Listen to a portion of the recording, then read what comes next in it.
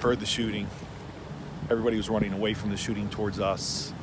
Neil is a retired fire battalion chief and EMT, so he and I went towards where the shooting was. He was the first EMT on the scene, and he actually applied pressure immediately to the little boy's wounds on his neck and tried to slow the bleeding down until the ambulance could come up and transport him over to the trauma unit over at Atlantic City Regional Medical Center. And what you saw was a wave of people coming away from the shooting. You saw parents holding their babies and little children to make sure that they weren't injured as all the people were running away from the shooting.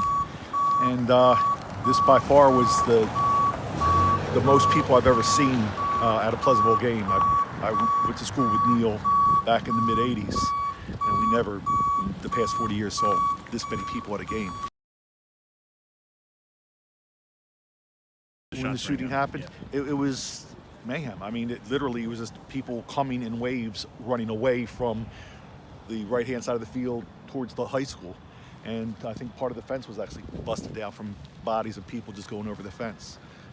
And you know, there was just a lot of people afraid. There were kids getting separated from their parents, running around on the field.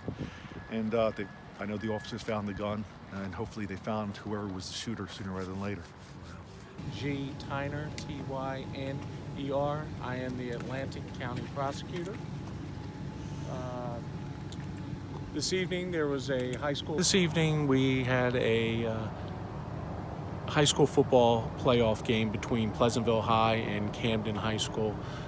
During the third quarter of the game, on the Pleasantville High School side of the bleachers, multiple shots were fired.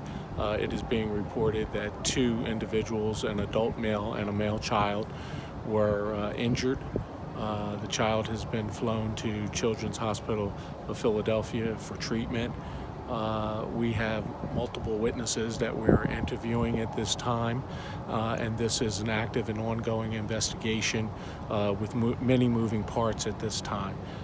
So as a result of that, we're just trying to gather as much information and evidence as we can, and we hope to have more information for the public tomorrow.